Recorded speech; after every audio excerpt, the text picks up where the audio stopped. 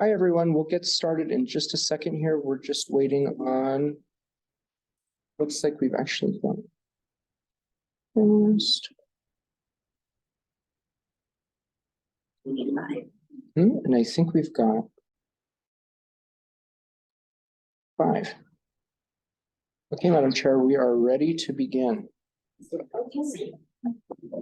I'd like to welcome everybody to the Ward 2 NAB meeting on Tuesday, November 21st, a couple of days before Thanksgiving. So welcome everybody, and welcome everybody who are on Zoom for spending your Tuesday evening with us a couple of days before Thanksgiving. I can't believe that it's this time already this year. This year's flown by. So we will make it a point to get through this meeting. I'm sure people have a lot of stuff that they're planning on for this week, so we won't drag this out. We'll get through this meeting tonight. All right, well, the first thing I'd like to do is, Tyler, if you would like to call the roll for me, that would be. Of course. All right. Madam Chair, Mimi Fuji Strickler. Here. Stephen Schwarzer. Present online. Okay. Patrick Fisher. Here. Perfect. Tyler Hinman. Here. Donna Keats. Absent at this time. Tyler Langdon. Absent at this time. Stacy Shen. Here. Perfect. And Hal Taylor. Absent at this time. Madam Chair, you do have a quorum. Fantastic. Thank you. Hello, Stephen and Stacy out there. Nice to hear your guys' voice. All right, is there any public comment that anybody would like to speak at this time before any of the other items? I don't have any public comment registered, Madam Chair. If anyone in the room would like to give public comment, please raise your hand. Seeing none, if anyone on Zoom would like to give public comment, please use the raise hand button at the bottom of your Zoom window to indicate that you'd like to give comment. I'll give you just a second.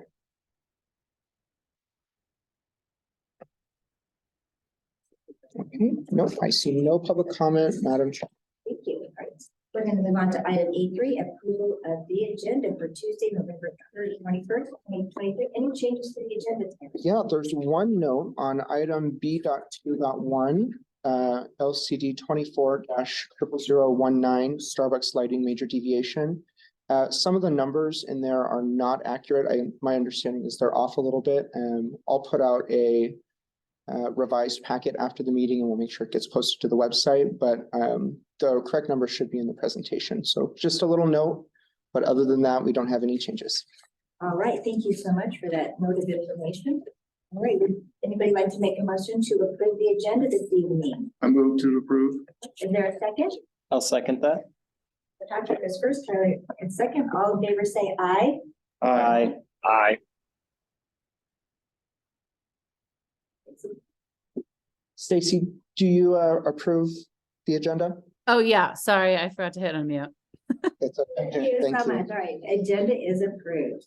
Perfect. Okay, council liaison report. Will Councilwoman Dewar be joining us this evening? No, Councilmember Dewar's actually with her family at the moment, Oh, good so for her. she won't be presenting tonight. We can move on to item A5. All right, so that we have, what amazing things do you have to tell us this evening? Tyler Shaw, Community Liaison for the record. I don't have very much to tell you other than that the December Ward 2 NAB meeting is canceled and won't be happening. So the next time the Ward 2 NAB will be meeting is in January. Fantastic, thank you so much. Yeah, of course. All right, we're going to be moving on to business items, board and commission conduct, decorum, and records training by the City of Reno staff. So we have somebody here from the city clerk's office today. Welcome. Yes, we do. Come on up, Donnie. There's a good spot to present them right here. Yeah, right there is Right there. perfect. Okay. Welcome, and thank you so much we're looking forward to your presentation this evening. Perfect. Well, thank you so much for having me. For the record, Donnie McLeod, Chief Deputy Clerk for the City of Reno. So I'm here to talk about boards and commission decorum and process training. So this is just kind of a brief overview of the process of conducting these meetings and why they're important. I'll open it up for any questions you may have at the end. If they are very legal specific questions, I might refer you to the legal counsel for your board. I don't want to get in trouble on that, but just an overview of the process, why this board exists, why it's important, and how we conduct these meetings. So this is something that's it's always important. This is always good information, but at this time we do have a lot of new representatives on our NABs. We got hit pretty hard with COVID, NABs especially. So we're picking things back up, filling those seats and everything, but that does mean a lot to new members. So we're providing this training just to give you an overview of the important things.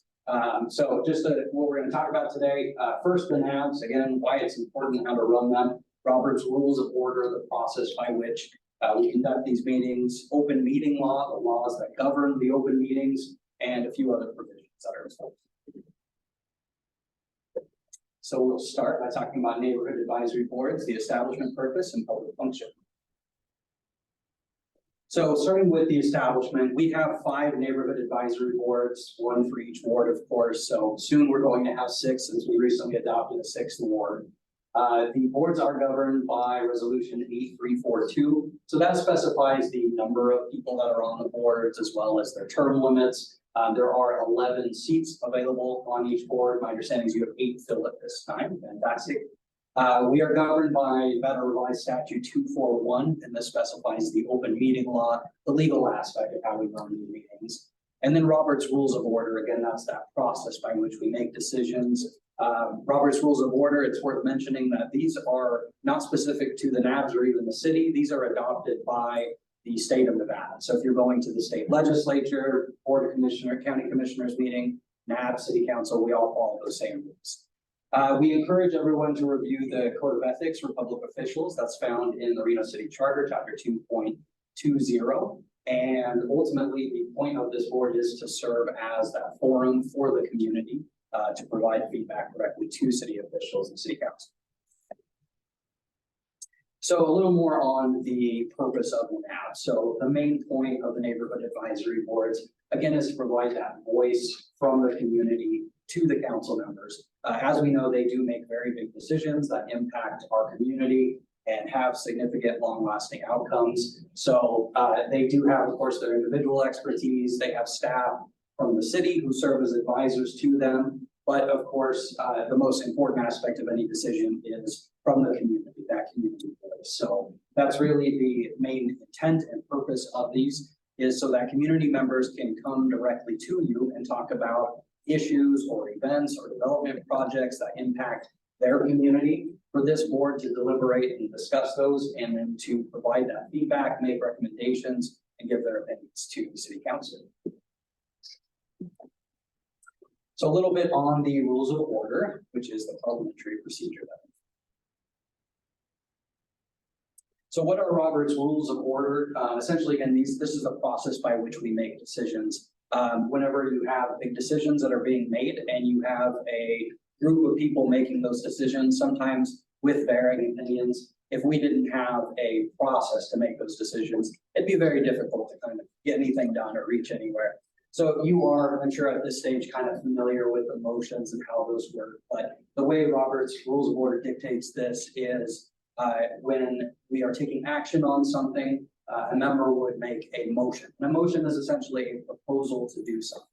After a member makes a motion, another one seconds the motion.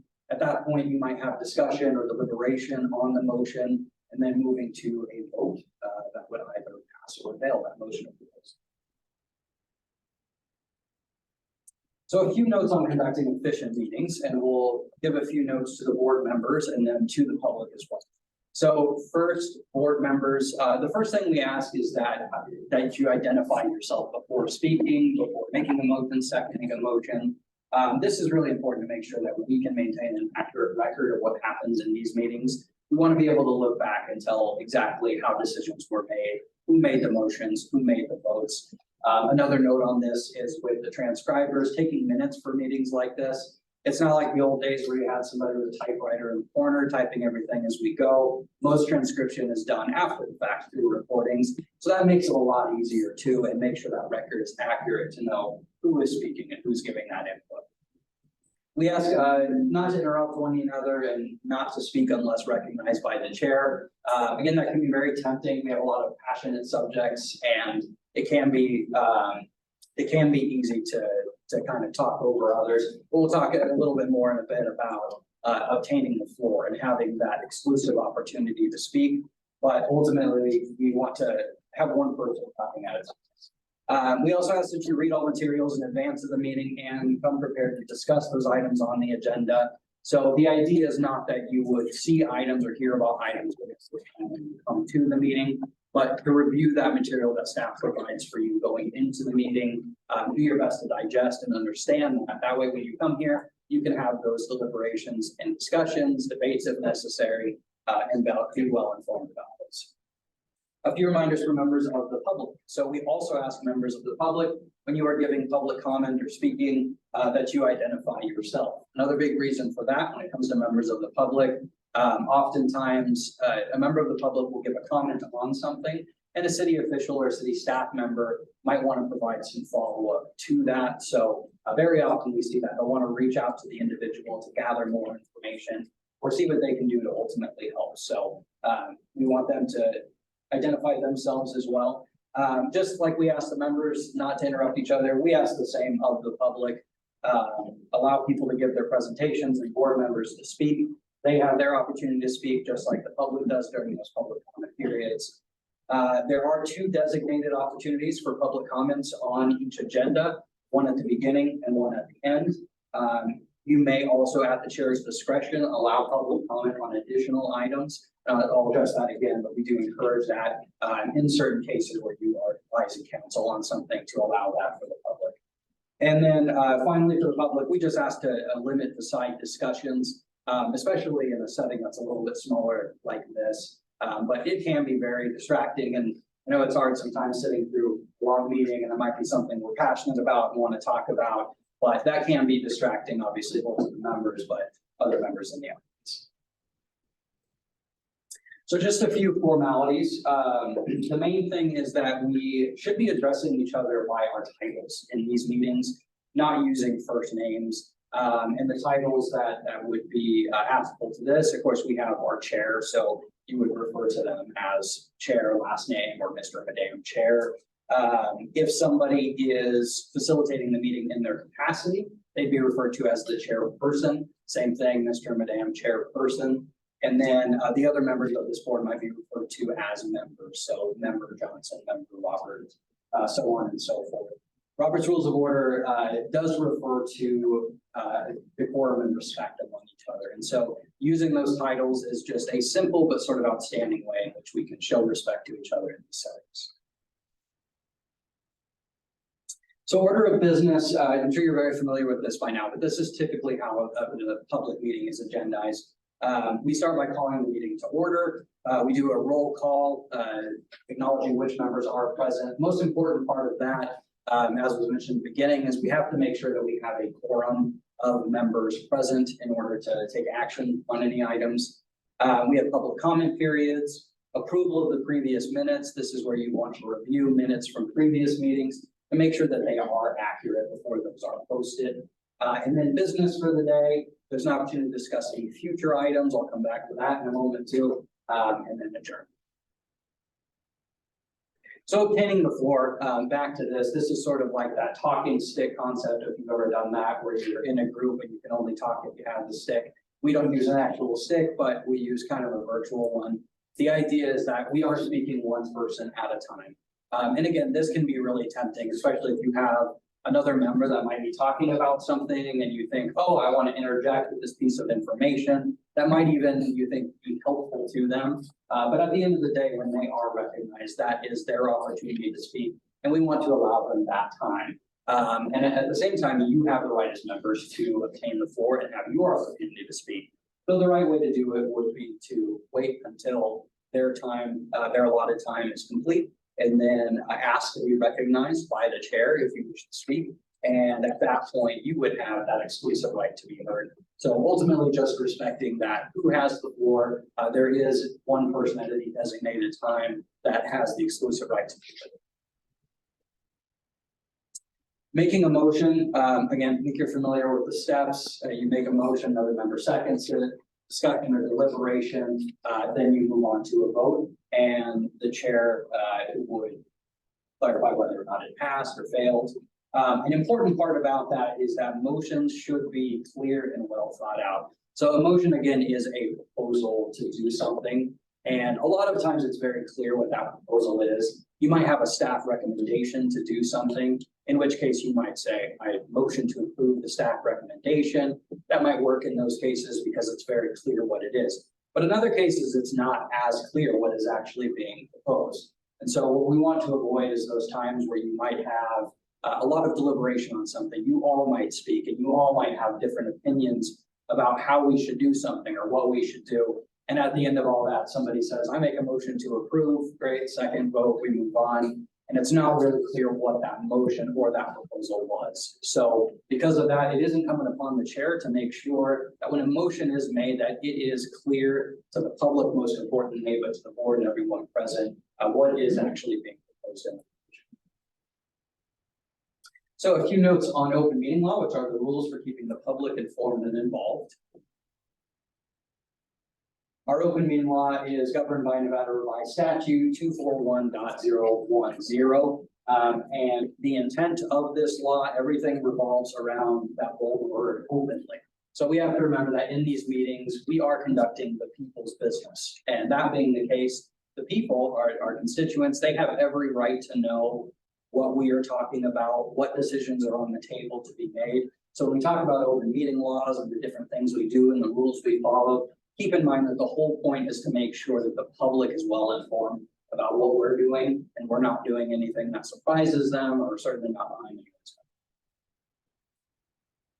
So one way we do that is through agendas. We post agendas before the meetings, and those agendas clarify what it is that you're going to be discussing, what you might be taking action on. So this is something at the city, when we prepare those agendas, we take a lot of consideration how we word those, because we may know what's going on, staff internally, but the important thing is that a member of the public would look at that agenda and understand what is being discussed and talked about and what action may possibly be taken on. So we try to write it from that perspective. And if you could just tell everybody, with the posting agenda, there's still, they need to be posted X amount of days, correct? Yes, I have that on another Okay, slide, so I will answer that. 9 a.m. 3 days before the meeting. is the Gotcha. quick answer, but you're absolutely right. Yeah, so we want to give them plenty of time to know what is going on. So any items that you might be taking action on, those need to be labeled as for possible action. Again, that's to let the public know that action may be taken on this item. It may have outcomes and consequences that affect the neighborhood. So we want to make sure they know that has the potential for happening. A very important point is that discussion should be limited to the scope of the agenda item. So this is something that we can very easily get off track on. You could be talking about one thing as a group that's on the agenda, and then someone says, "Oh, this reminds me of something else," and all of a sudden we start talking about that other thing. We can't do that because we didn't tell the public that we're going to be talking about that other thing. So I'll come back to this, but there is an opportunity to add things to the agenda at a later time. But the important thing is that when you are talking about an item on the agenda, to stick to that item on the agenda. If you watch city council meetings or attend them, you'll notice sometimes the city attorney steps in and says, we're getting a little bit off topic. We need to stick to the item that's on the agenda.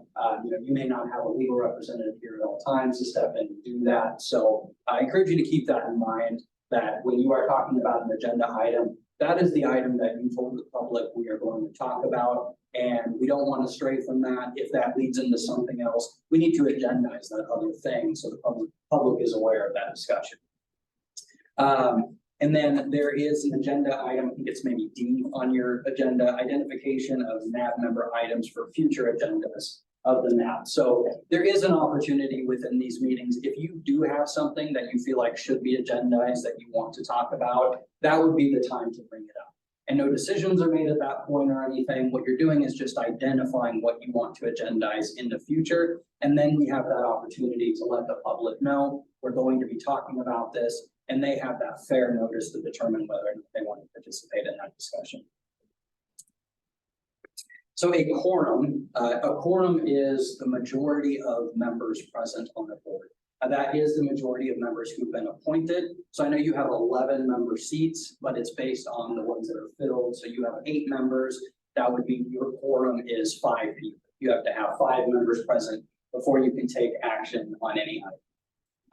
Just a note about development projects, which is apt. I saw you have a couple on your agenda today. So the neighborhood advisory boards, they don't take formal action to recommend or deny a physical development project. Those decisions are left in the hands of the city council, but of course, those decisions are based on your input.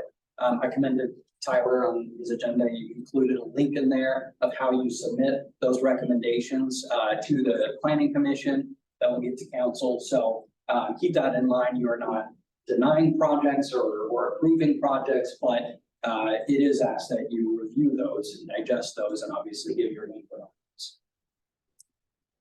So a few other notes about a quorum. Obviously, we don't want to form a quorum and discuss business, have a constructive meeting that has not been noticed to the public. So it wouldn't be appropriate, for example, for the members to meet for coffee before the meeting to talk about the items and what they might do, because we haven't told the public that that meeting is taking place. This is their business and they deserve to be part of that process. So that obviously is wrong. There's a couple other things that we could be in violation of. One is serial communication, and this refers to electronic communication. So text messages, emails, if you have, your quorum, five members. So if you have one member that sent a text message out to 4 other members and you have a constructive meeting about something business related, well, you have in that case formed a quorum outside of that public setting that has not been noticed, and you would be in violation of open meeting law. Replying all to emails is an easy way to get in trouble here, because all of a sudden you are including all of the members in a discussion. So it does not matter that it's through electronic communication, that you're not in person. That is still a quorum through serial communication and a violation of open meeting. So something to watch out for. And members are always BCC'd on emails, so even if you try to hit reply all, you won't break the law. Good to know. The other thing is a walking quorum. So a walking quorum is when you form a quorum, maybe not necessarily at one time, but it's easiest to give an example of this. If you had a board where you had 5 members, and let's say member A meets with member B, and they talk about business and how they're going to maybe vote on something. And then member A goes off to member C and says, hey, member B and I spoke about this. This is how we're voting. How are you voting? Even though those meetings didn't take place at once, you still in that case would have formed a quorum, a walking quorum. So we have to be careful about that as well.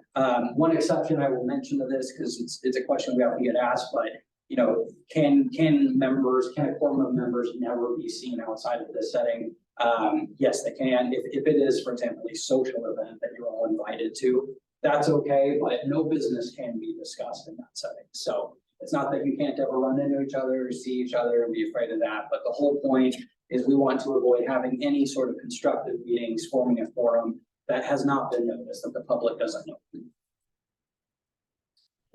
A few more notes on public comments. So as mentioned, there are 2 public comments, comment periods specified by NRS at the beginning and the end of the meetings.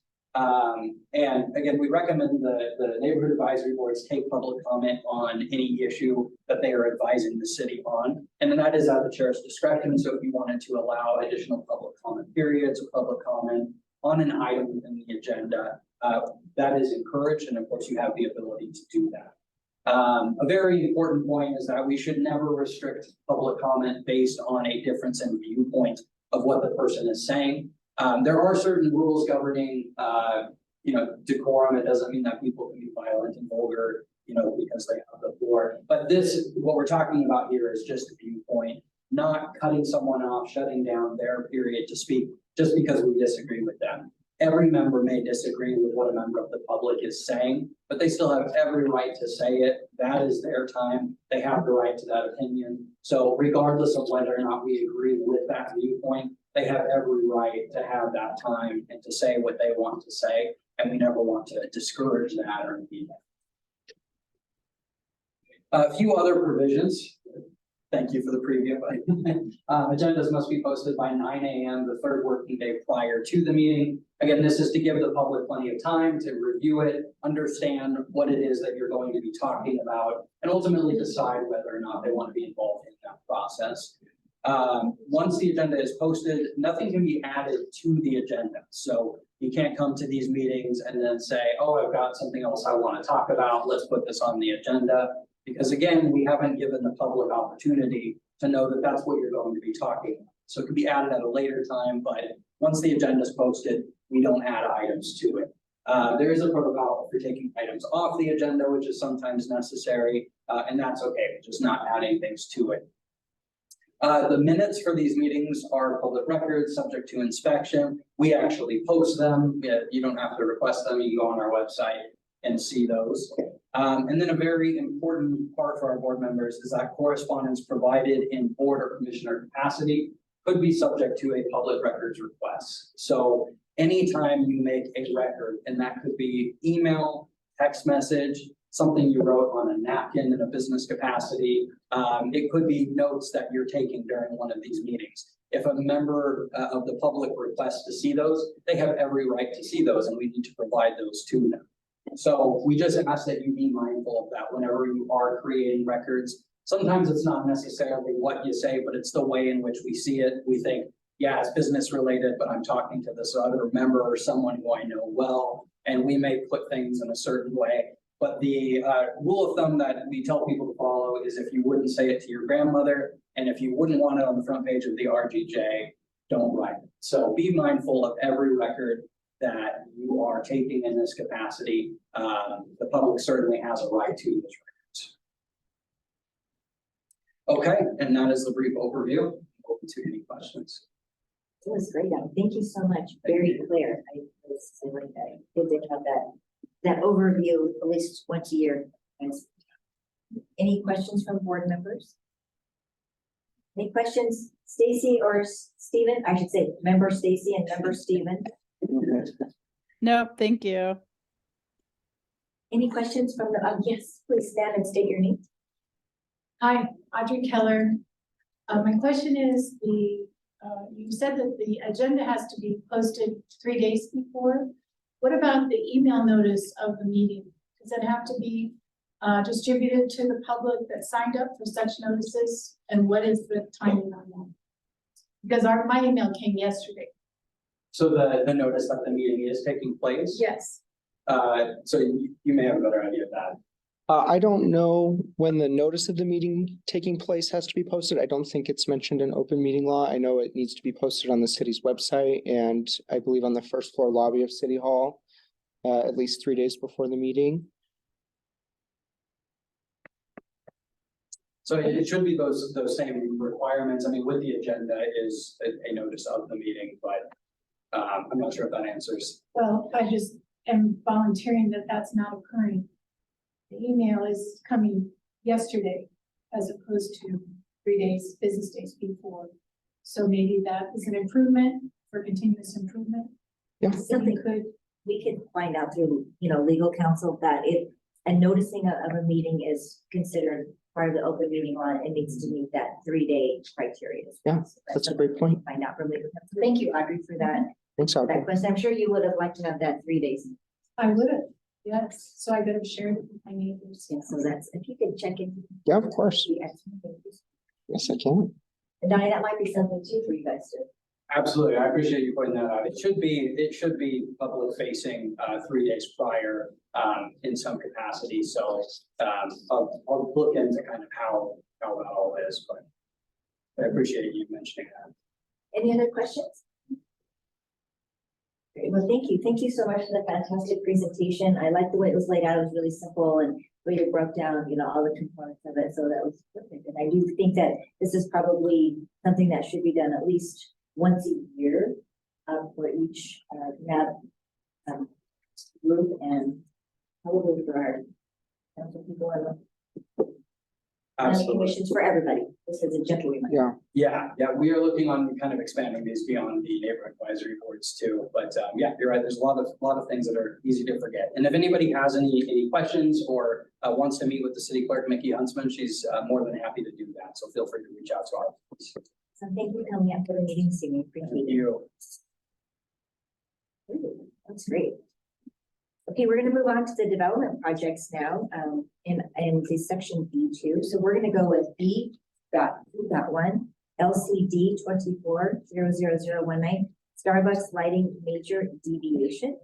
The request has been made for a major deviation to increase the allowed 100,000 linear per acre lighting output level by 32,514 lumens at 37% missing increase, resulting in 132,514 lumens for the 0.97 acre site. The site is located west of Summit Sierra Boulevard and 670 feet northeast of its intersection with First Boulevard.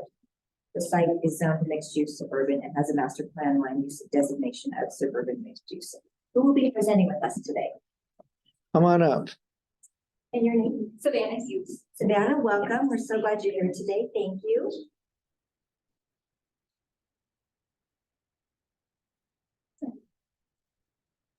Yeah. Awesome. Well, hello, everyone. My name is Savannah Hughes. I'm here on behalf of Kinley Horn and Associates. We're an engineering firm within the Reno area, and we are representing our clients, Rhino Holding Summit, who is proposing the development of a new Starbucks within the Summit Mall. We're here today to discuss a major deviation to the site lighting. Slide. So while I have you here today, we're going to go into some background on the site. We'll touch on the site location, what the proposed project is, the existing conditions and zoning, as well as the surrounding uses of the site. And then we'll jump into the major deviation and what the site lighting proposition is. And then we'll yield any questions at the end. Thank you. All right, so how many of us are familiar with the Summit Mall? All right, I had a feeling.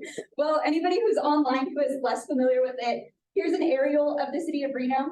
And way at the end, at the south side, we have I-580 crossing Mount Rose Highway. Thank you. And that's where the Summit Mall lives. Here is a schematic of the Summit Mall. We have our north arrow here. So right, plan right of the page. Some of the stores in the area are Dillard's, Orvis. We do have an existing Starbucks, Century Theater, Lululemon, Apple, a lot of retail spaces. So importantly, we have Summit Sierra Boulevard, which comes off of South Virginia Street, planned south right now. And it kind of makes an S shape through the site. Now here with our orange star, that is where our proposed project location is. I like to say it's like a little island of development within a sea of parking stalls. So the Summit Mall is 64 acres and our proposed site is 0.97 acres. Could you point out where the existing Starbucks is? Yeah, I think it's right here. Yeah, it I is. could be wrong, but It's right yeah. here. And this new Starbucks, are they building a new site or is that going into an existing standalone? That one, it's currently undeveloped, but it'll be replacing the existing one. So the building's already there? No, No, so you're building a new building? yep, Okay. Slide. Awesome, so the proposed project, as we discussed, is on an undeveloped pad. We have access off of Summit Sierra Boulevard, where drivers can access the site through the drive-through, pick up their food. 47 parking stalls are being proposed. We also have patio seating and ADA access north and south along Summit Sierra Boulevard. How many cars does that drive through? I don't know off the top of my head, but I do know the stacking analysis was submitted for a minor conditional use permit, under a different permit application, but it is available on the website. Awesome. So here's some pictures of the existing site. It is an undeveloped pad. We do have some landscaping just in the interim to reduce some runoff, but it's roughly graded. We will be, we're proposing a little bit of limits of disturbance extends into the existing parking area, just to accommodate that drive-through. It's also zoned for mixed-use suburban, which we'll touch on the next slide.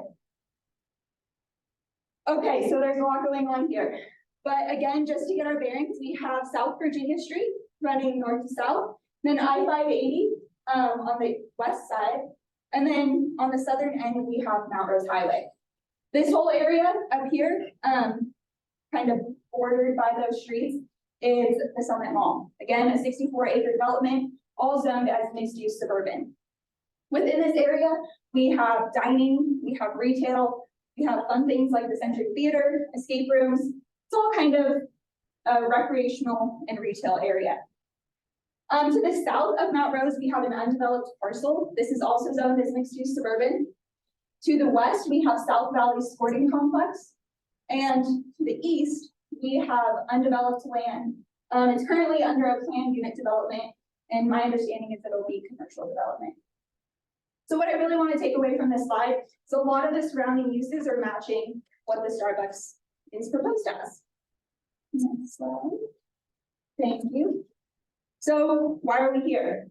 Under City of Reno Land Development Code, we're allowed 100,000 acres per acre of development. As we said, this site is 0.97 acres, so our allotted lumens are 97,000. Starbucks has really standard lighting across the nation for all of their sites. And so what their standard lighting comes out to is 134,008 lumens proposed versus the 97,000 that are allowed under code. So you're probably asking, what is a lumen? Well, I'm a civil engineer, so I don't have the most nitty-gritty answer that an electrical engineer would. But to put it plainly, it's the measure of total amount of visible light from a light source. So what are we asking for? We could go to the next slide. We can go over the lighting plan. Again, we have Summit Sierra Boulevard here, access here, and then our drive-through loop. Along the perimeter, you will see red dots. Those indicate different, the rough area of a proposed light source. Along the perimeter, we'll mostly be seeing the standard parking lot lights you see when you're going in a Walmart parking lot, Home Depot, Safeway. They're designed to provide adequate light for a dark parking lot. The primary reason being safety. Starbucks wants all of its patrons to feel safe when parking. Not shown, but there's parking all right here. There's parking along the west side and the north side. So they want everybody to feel safe navigating to and from their site. Kind of moving inward on the site, we have various lighting structures proposed as well, some of which being the lighting bollards that we have shown here. They allow vehicles a little bit more visibility so they don't hit the bollards. They also provide that sleek, modern look that Starbucks really likes. Then additionally, on the facade of the building, there are wall-mounted fixture units. These would take the shape of a wall sconce. Other examples would be LED striping that would be under a canopy, or entry and exit emergency access lights. So the primary proposition is asking for additional lumens because Starbucks believes it provides the safest and most welcoming environment to all of its customers, especially as we get darker in the nights, as we are seeing now. So with that, thank you, happy Thanksgiving, and I'll yield the floor to any questions. Board members, do you have questions? Yeah, Patrick Fisher for the record. Is there a pattern that you might know of in the mall of the standalone businesses having a higher output of lumens than their acre? Have there been any variances in the past for other businesses there? Yeah, not that I'm aware of. So this might be something newer. Potentially. I do know that there has been very minimal development within the Summit Mall recently. A lot of the development took place in 2006. Right. So any proposed development has been very negligible since then. So I doubt that there's been any change in that sense. Well, the Mount Rose Highway is has kind of a special designation, I think, as a night sky protection zone. Something that prevented McDonald's from getting video Signs.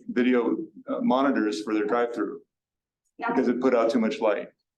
And that's just up the hill from you guys, but it was a concern for the area. Has that been a factor in the planning? Yeah, certainly. So we have a photometric plan that we have submitted within this application. It can be found on the website. But the photometric plan essentially shows that all of the light being emitted will cause some spillover, but the spillover will just be to the adjacent parking lot. which is the design purpose of it. Also, all fixture units will be pointing down, whereas like you're saying, a sign projects outward. All of these will be pointing down, so lighting up a walkway for pedestrians as opposed to any light shining upward or to the sides. Great, thank you. Yeah, thank you.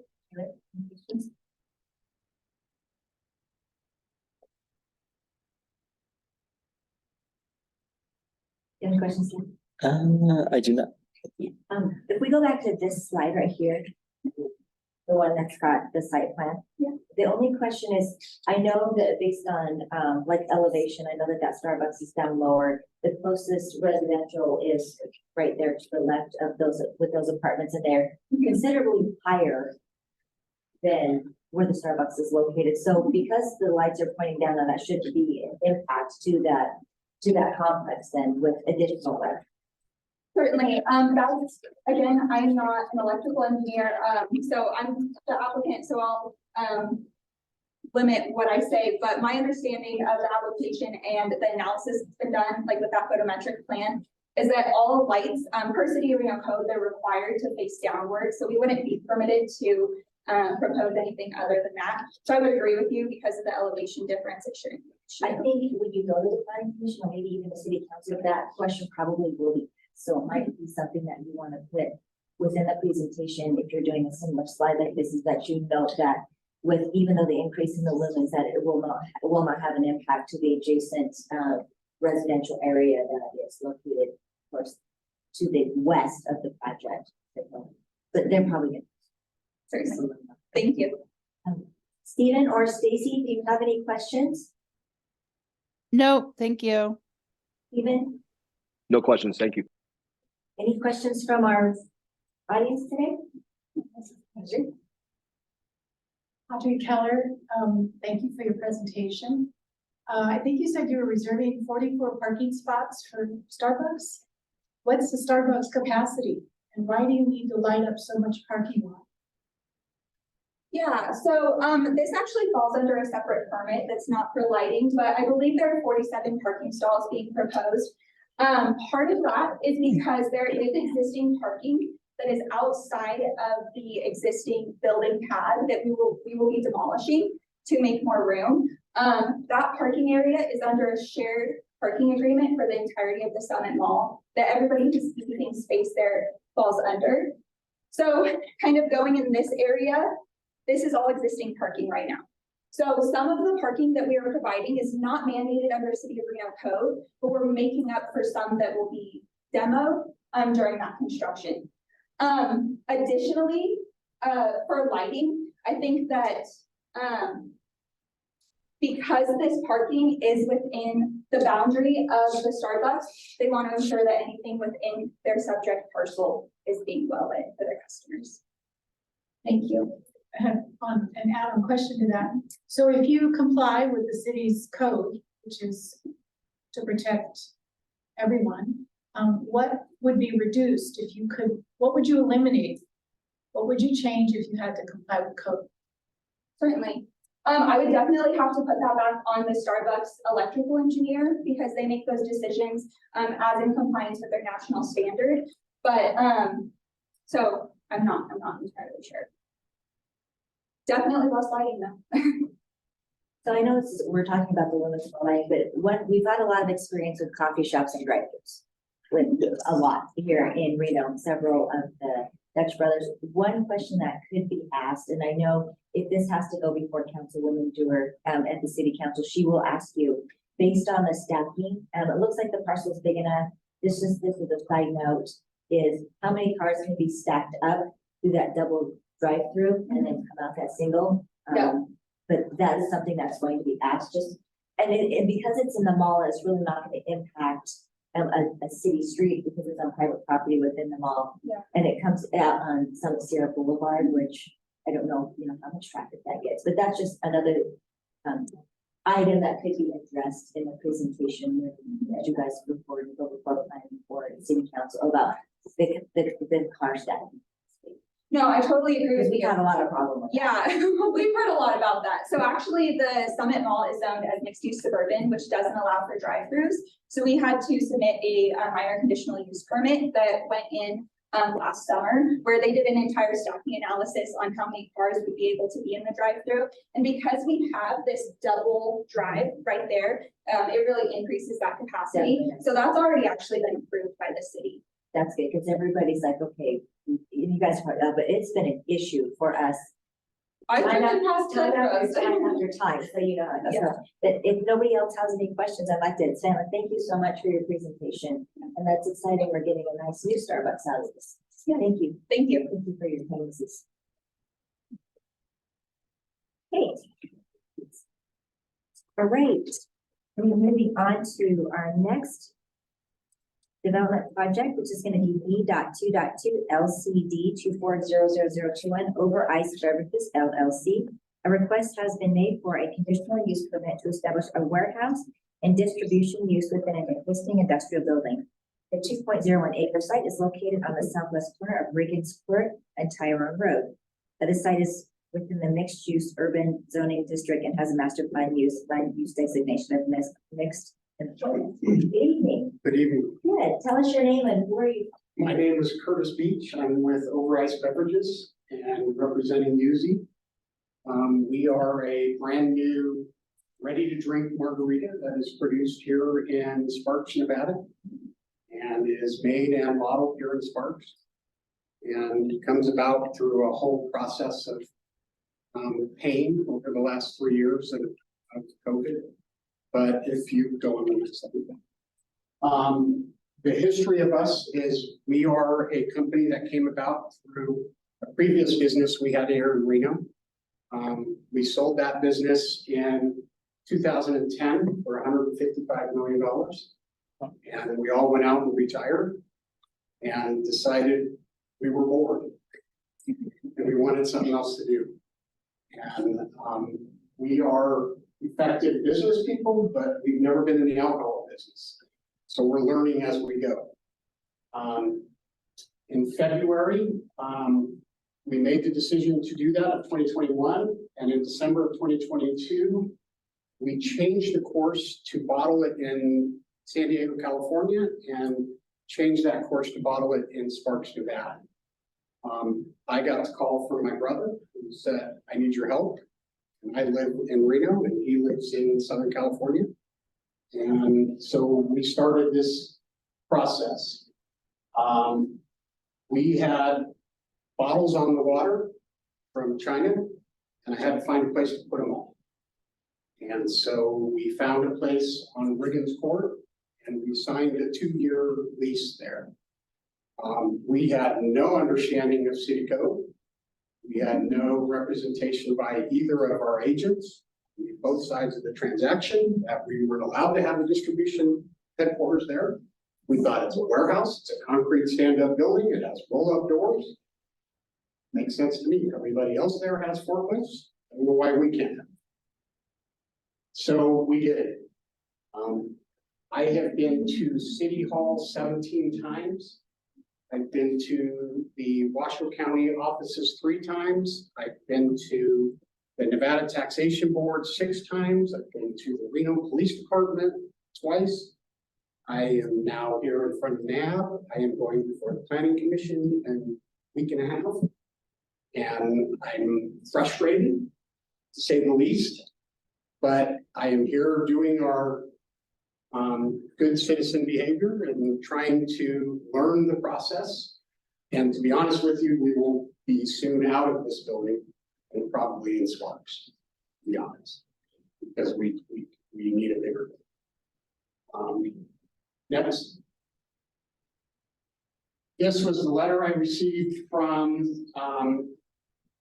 the city of Reno, the Planning Commission. Stating that we needed a conditional use permit for that building.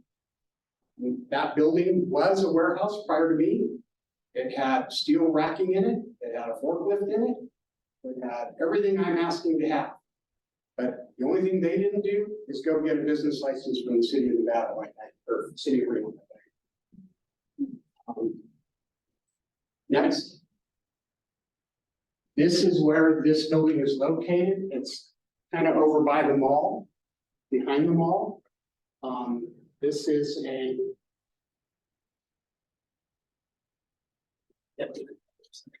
Right here, this whole property right here is a brand new 890,000 square foot distribution center. Being built and is built now, called the Airport Commerce Center. It is a distribution hub. It is less than 100 yards from my building. There's a building sitting right here on this corner. Right there's 100 yards. Right here, you go to the next slide. Oh, this is one. ITS Logistics was right here. That's a 250,000 square foot distribution hub. Exactly what they do. Trucks in, trucks out every day. This is SK Food Group Distribution Center. This is Standard Processing Distribution Center. This is Airport or Long Business Park, Longley Business Park. These are all distribution centers. And a little tiny building, little tiny warehouse right there. This is residential. I get it. Next slide, please. That's kind of an overhead view of it. We've got Nevada Energy, ITS, this is the new Airport Commerce Center, Longley Business Park. In my current building, there's two pest control companies, there's a carpet warehousing company, there's a carpet cleaning company, there's a mining company, there's numerous businesses in that building that are warehouse type facilities. Next. This is what it looks like, exterior. Two roll-up doors, interior. I've got an 18-foot ceiling. Next. These are the pallets that we're bringing in. These are shrink wrap bottles on pallets. They come in a container that gets backed in and offloaded. Next. The equipment we use, I have an electric forklift. I have to use an electric forklift because I get gas residue on the bottles, so I can't do that. So it's quiet. I have a pallet jack and I have a hand truck. That's all we have equipment. I get probably one truck a month. Next. This is our current business that we've done. And I've got another slide that's a more current slide, and I forgot to pull this one out. But, I mean, we've done maybe 1,000 cases. That's it. And I'm now distributing out of our LA warehouse because I don't have an alcohol license here yet. So all I can store is bottles in this building. And out of our bottler in Sparks. These are just empty bottles. These are just empty bottles. No, so they're no alcohol. Okay. There's no alcohol. I'm trying to put alcohol. Have alcohol in bottles. I have some over there for you. So the conditional use permit then, are they saying because it's a distribution where it trucks in and out, they want the number of trips, how many trucks coming in? Correct. So the existing warehouse right now, I know has Evergreen carpet cleaners or stuff in there. It's a service where people come in and out. There's no distribution. So they're asking for that conditional use permit because you're bringing trucks in and trucks out. They want to know the trips and the number that you're doing for the permit. Yep. So next slide. On average, this is what we're dealing with. So since June, I've brought 4 containers of bottles. So 4 trucks since June. I've had 1 semi truck of boxes, a full 52-foot truck of boxes. And when I bottle, I get a 24-foot bobtail truck from my bottler that pulls in and takes about 12 pallets of bottles for me to. That's it. How many are coming in? So you said, oh, you've only had a couple trucks in since you've been in. And how many trucks are going out? It's the same number of trucks, because that container truck, I get 2 hours to unload. Comes in, I gotta unload it in 2 hours, Okay. and then it's back to San Pedro. And then what about those empty bottles? They get put into another truck or do they just stay there? They stay there until I bottle. Okay.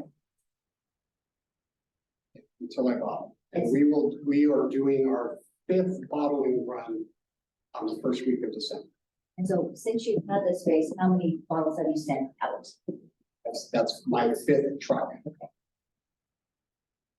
So that's 9 trucks now in 5 months. Okay. Okay.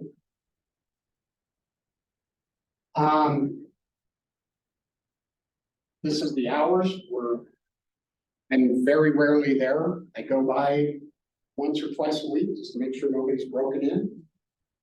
I'm worried about, because now I have signs everywhere saying we have alcohol. That scares the hell out of me because I'm afraid somebody's gonna come through the roof or do something. I didn't want to kind of put a beacon out that we have alcohol in there, but we do. We don't yet, but we're gonna. Next slide. You can go by that, we already dealt with that. Our business is growing and it's growing quickly. So there will be more truck traffic in the future. We just signed a deal for a national rollout with Whole Foods. We just signed a deal with a national rollout with Total Wine. So that's gonna happen eventually. We know. I'm not gonna be in a 3,200 square foot warehouse when that happens. So we're already at that point. I will imagine by second quarter of next year, I will be in a new building and no longer in. Yeah. That's reality. That's not frustration with Reno. I need a dock. I need bigger warehouse. I need all of those features. But in the process, I've spent the money. I'm moving forward to get a liquor license in Reno because I'm going through the pain and I'm gonna get it. So right now, you're crossing your T's and you're dotting your I's, becoming compliant so that you Yes. can not have any violations or get any notices from the city while you're occupying the spaces. Understood. Next. We submitted to the World Spirits Competition earlier this year before we had even sold a bottle of margaritas. And we won 2 double golds, silver, and 2 bronze medals. Unheard of for a brand new liquor. And we're pretty proud of it. And we want to make sure that you all know that we're doing this in our backyard in Reno and in Sparks. This company is growing here, it's gonna grow here, and I hope to sell it for $155 million. Yeah. Next. So I'm asking for approval for a conditional use permit. It's not gonna be for a long time. It's gonna be, I can't imagine it being longer than 6 months. If that. Any questions? I'll go, Patrick Fisher for the record. There was a picture of the truck being unloaded. Mhm. Is there access? Is this like a parking spot or is this This is a the driveway. road? This is a driveway that they can back in. There's over here, then there's parking spots over here. So there's a way to get around on one side of the truck while Oh, it's yeah, being unloaded? they have to. Yeah, because I can't block it. Right. Can you go to this? Yeah, I drive by this building pretty much every day. It's not very busy, but So you can see cars parked all here. And then the truck pulls in here and then vehicles can go by. They don't have to go around. I make sure. They don't block anything. The city is requiring me to put a sign between my two warehouse doors that says no truck idling between the hours of 6 a.m. and 10 p.m., which I have ordered to be here on Monday. So that's, There's no trucks idling anyway. that's more like if there's a sleeper, If I have a load of bottles that get here from San Pedro at 7 in the morning, the guy's not just sitting there letting his truck. yeah, right.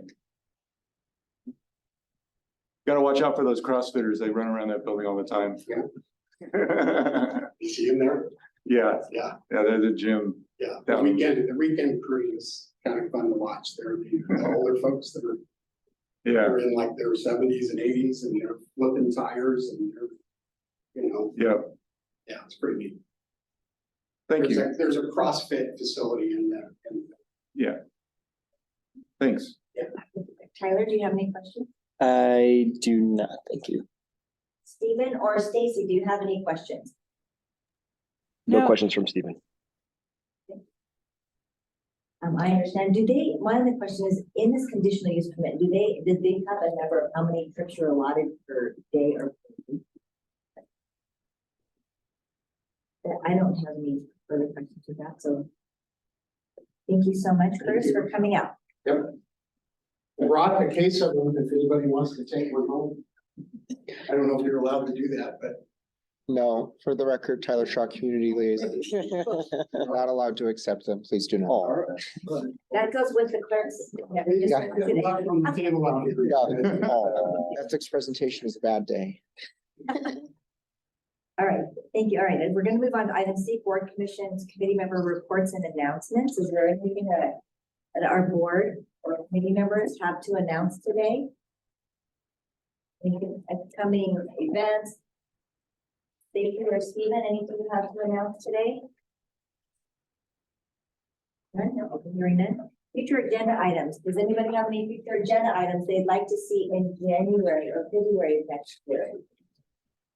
I have a question. I've had two folks approach me in different circumstances in which they would like crosswalks in our ward.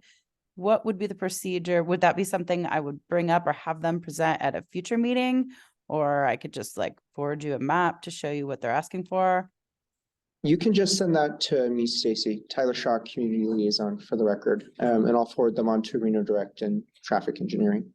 Perfect. Thank you.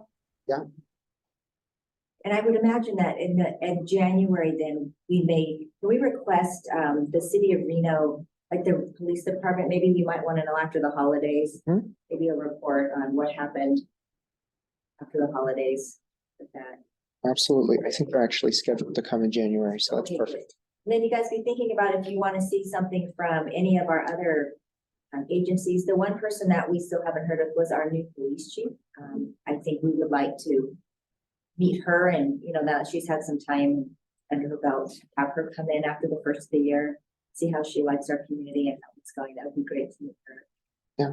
And then, I'd be thinking if there's something you guys want to hear anything from, housing development, fire department, budget process, when does that start? I believe the adoption hearings are in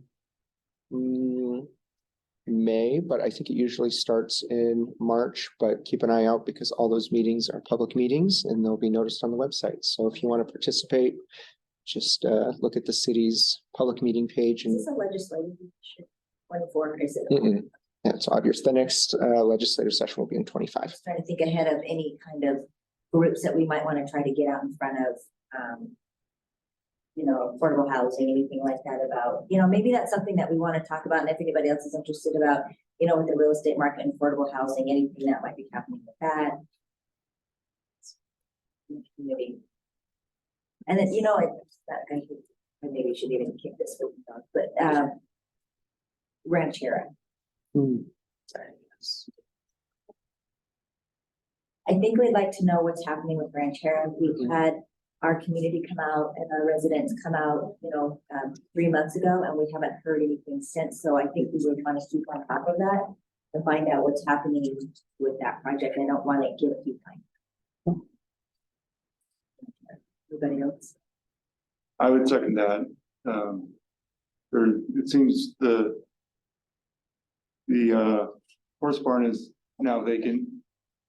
And the arena there is now vacant, and so there's action to happen in that area soon. So I do think that I would like, and I would think we would like to hear that sooner rather than later, so we would like, and Councilwoman Dewar might be able to give us a report on that in January. But we need to. Yeah, I was just Tyler Shaw, Community Liaison for the record. I was just gonna say, that might end up being an update from Councilmember Dewar if there's, not anything happening on it. Councilmember Dewar has been watching that project very closely and, wants to make sure the community knows what's happening as soon as it happens. So I'll make sure to let her know that that's something we want to talk about in January for her report. And then the last thing I want to talk about is what we want to do with like, we want to start talking about months or, then we want to start looking at community cleanups when we want to do something for this year, site locations for community cleanups, and then, what we want to do again with that tree planting. So maybe we can get our year, or just at least start the process for our year with any kind of events that we want to do and when we want to do it, where we want to target it, so we can get on. Yeah. So we're being proactive in 24. I'm trying. That's my new thing this year in 2024. I'm going to be proactive and not reactive, right, everyone? Stacy or Stephen, do you have anything you'd like to add that you'd like to see on the agendas for maybe next year? No, I think that ranchera is a great call. I would look forward to hearing about that, but nothing else comes to mind. Steve Shorzer for the record. Great. All right, thank you so much. And then we're going to move on. Any last public comment from our audience here? Yes. Hi, Audrey Keller, resident of Ranchera. I'm giving a public update right now about Ranchera. Churchill County just announced that they are receiving the Ranchera Equestrian Center. It's going to be demolished. It's in the news, the Fallon newspaper. We've distributed that information to the community. So RHH, Ranchera Holdings, is getting a donation receipt for several $1 million. They're taking it out of Washoe County. They're taking it out of the city of Reno, and that includes the art that's in the equestrian center as part of the transaction. And I think the city missed the opportunity, and for considering that the Churchill County is 25,000 residents and Reno is considerably more.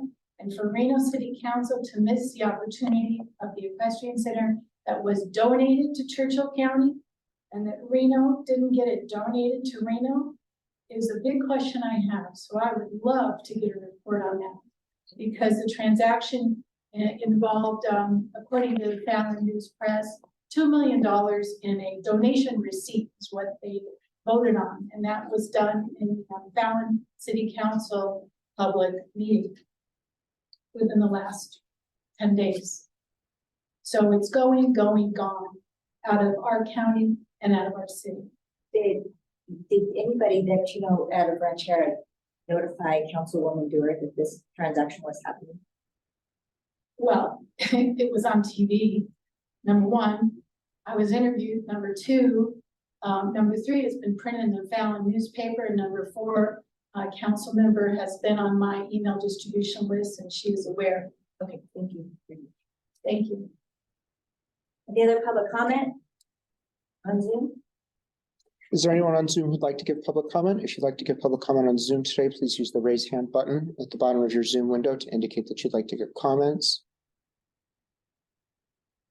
I don't see anyone. I just want to make sure. Oh, it looks like we have one update from Stacy for the member updates. She was appointed as Ward 2's Charter Committee member. It's a good update, Stacy. Thank you, Stacy. For now, I don't see anyone who'd like to give public comment, Madam Chair, and there's no one else in the room. Okay. Would anybody like to make a motion to adjourn the meeting? Patrick Fisher for the record. I'll move to adjourn. Patrick's made a motion. Do we have a second? Tyler Hinman for the record. I move to adjourn. Right. All those in favor say aye. Aye. Meeting adjourned. Aye. Buddy, for your time. Happy Thanksgiving and have a lovely holiday season, and we'll meet everybody back in January. Stay safe and have fun.